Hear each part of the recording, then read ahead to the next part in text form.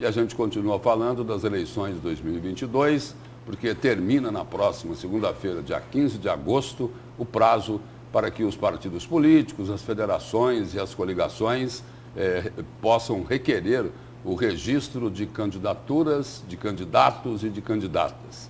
Mas a Justiça Eleitoral ainda tem muitos desafios pela frente. Entre eles, o combate à desinformação de alguns setores e um certo resgate aí da confiança nas urnas eletrônicas, apesar de que a grande maioria apoia o sistema eleitoral brasileiro.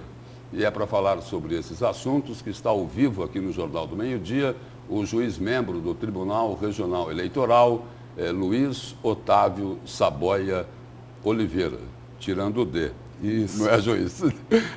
Boa tarde, seja bem-vindo aqui no Jornal do Meio-Dia. Boa tarde, Lúcio. Boa tarde a todos os telespectadores que nos acompanham. É um grande prazer a gente estar aqui podendo esclarecer e tirar algumas dúvidas com relação a esse processo eleitoral.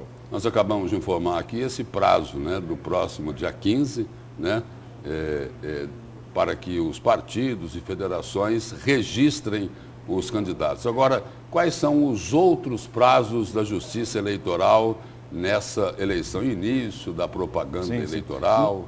Esse mês de agosto é um mês extremamente impactante. Como as eleições vão ocorrer em outubro e a reforma eleitoral deu uma relativa encurtada nesse período todo de propaganda e registro eleitoral, até por conta da criação das federações, nós temos diversos prazos ocorrendo agora no mês de agosto. Em agosto, dia 15, como você colocou, é o prazo final para o registro de candidatura. Dia 16 já começa a ser possível a propaganda, não aquela propaganda na rádio e na TV, mas a propaganda política de um modo geral. A partir do dia 26 de agosto, começam então as propagandas em rádios e televisões. No dia 18, nós temos uma audiência pública que vai ser coordenada pelo Dr. Bruno, no Tribunal Regional Eleitoral, com partidos e as emissoras que irão fazer a replicação para definir o plano de mídia, inclusive. E é óbvio que, após o registro das candidaturas, do requerimento de registro, abre-se todo um prazo de publicação de edital, de possibilidade de impugnação desses pedidos de registros de candidatura, porque além dos registros de candidatura, também há a necessidade do registro dos atos partidários para verificar a regularidade desses atos. Doutor Saboia, aqui em Mato Grosso, já foi divulgado, né, nacionalmente, mas aqui em Mato Grosso, quanto é que um governador poderá gastar na eleição e qual será o gasto permitido para um candidato ao senador da República? No caso aí, o teto máximo de gastos. O teto máximo foi definido pelo TSE, tendo em vista a reforma, o fundo partidário que o Congresso estabeleceu. Infelizmente, o Congresso até hoje não estabeleceu limite para o gasto nas eleições e, por conta disso, o TSE precisa fazer essa definição. Eu não tenho esses números exatamente de cabeça. Para deputado estadual, se não me engano, 1.800.000.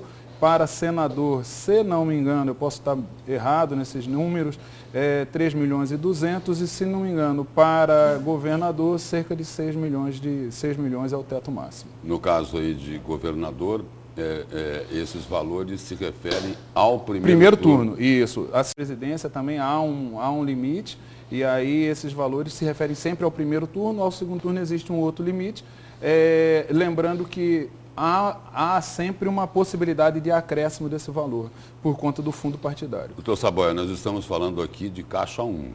Sim. Mas tem uma preocupação muito grande da Justiça Eleitoral, com o famoso Caixa 2. Quais os instrumentos que o Tribunal Regional Eleitoral de Mato Grosso irá utilizar para tentar inibir essa prática que a gente sabe, né, está presente em todas as eleições? Infelizmente, a prestação de contas ainda é um grande dificultador da Justiça Eleitoral.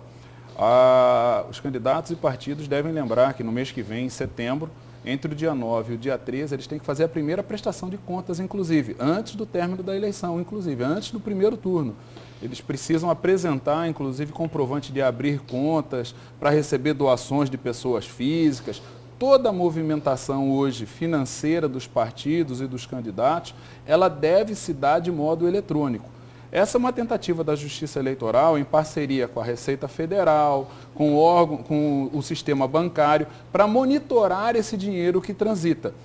Infelizmente, a gente sabe que muitas vezes o Caixa 2 ele é realizado através de dinheiro, de espécie, né? Através de dinheiro circulando em espécie.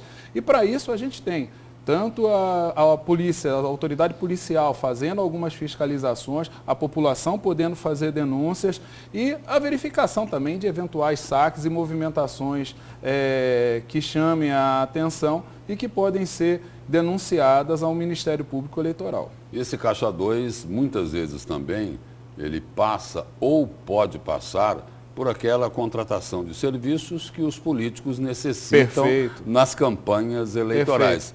Serviços gráficos, não é? Contratação de produtores de vídeo, profissionais que serão utilizados na campanha eleitoral. O Tribunal Regional Eleitoral tem um levantamento, uma média desses custos para que não seja enganado pelos senhores candidatos? Eu vou falar pelos últimos julgamentos que o TRE vem fazendo.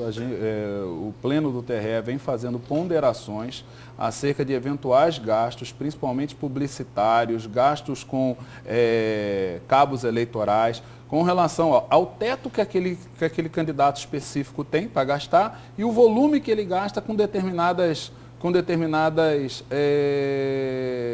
rubricas, havendo sempre a necessidade de comprovação desses gastos.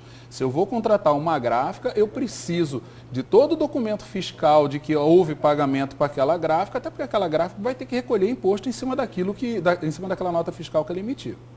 Agora, uma outra questão aí, sobre as malditas fake news relacionadas às urnas eletrônicas, doutor Saboia.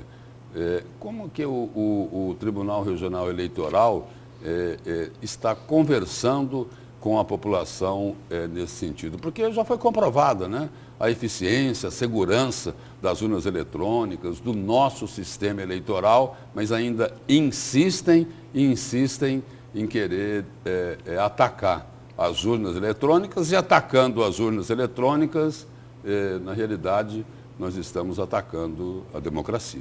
Perfeito. Na verdade, o Tribunal Regional Eleitoral tem se disposto a comparecer em toda e qualquer ocasião, em todo e qualquer evento, para conversar sobre o processo eleitoral, e dentro do processo eleitoral temos as urnas eletrônicas, esclarecendo e trazendo a população também que quer conhecê-la para dentro da própria Justiça Eleitoral. Os cartórios eleitorais irão receber urnas para que a população conheça, possa manuseá-las. Esse assunto, Lúcio Jorge, é um assunto que, a meu ver, é uma grande cortina de fumaça. Hoje, ao invés de nós estarmos discutindo saúde, educação, segurança, políticas públicas, e isso deveria estar sendo debatido nesse período eleitoral. O período eleitoral é para isso, é para que nós conheçamos aquilo que o candidato pensa, o que ele quer fazer, o que ele deseja mudar, ou o que ele acha que está correto e que deve manter. Nós estamos discutindo urna eletrônica, voto impresso, que é algo que já foi rejeitado pelo Congresso Nacional há 1 ano. Então, mesmo é uma discussão estéril, porque isso não acontecerá nessas eleições, não poderá acontecer nessas eleições. E a Justiça Eleitoral está de portas abertas em todas as suas cerimônias de lacração, auditoria, fiscalização, para que a população acompanhe também todos os sistemas da urna eletrônica. Antes da gente encerrar, a Justiça Eleitoral aqui de Mato Grosso e do Brasil trabalham com a possibilidade de alguém não querer respeitar o resultado das urnas eletrônicas? Tem algum trabalho preventivo em relação a isso? Infelizmente, é uma possibilidade. Aqui no TRE, aqui no estado de Mato Grosso, desde abril foi constituído no Tribunal Regional Eleitoral o GGI, que é o Gabinete de Gestão Integrada, composto de várias forças de segurança, ABIN, Exército, Polícia Federal, Polícia Rodoviária, e nós montamos também um núcleo de inteligência que tem, dentre um dos eixos, um plano de segurança após a apuração e para garantir a segurança desde o início da eleição, durante a eleição e posteriormente à eleição.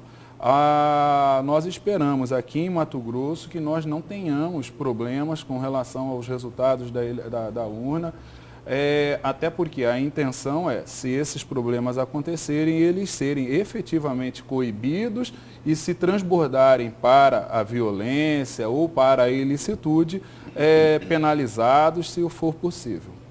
Obrigado pela presença e pelas informações aqui no Jornal do Meio-Dia. Obrigado. A Justiça Eleitoral está sempre à disposição aqui da TV para que a gente possa esclarecer, principalmente a sociedade, qualquer tipo de dúvida que possua, e fica aí o conclamo à sociedade para comparecer às urnas, que a Justiça Eleitoral está tentando está realizando todos os procedimentos necessários para que o eleitor tenha o voto dele respeitado e o resultado das urnas seja transparente a todos.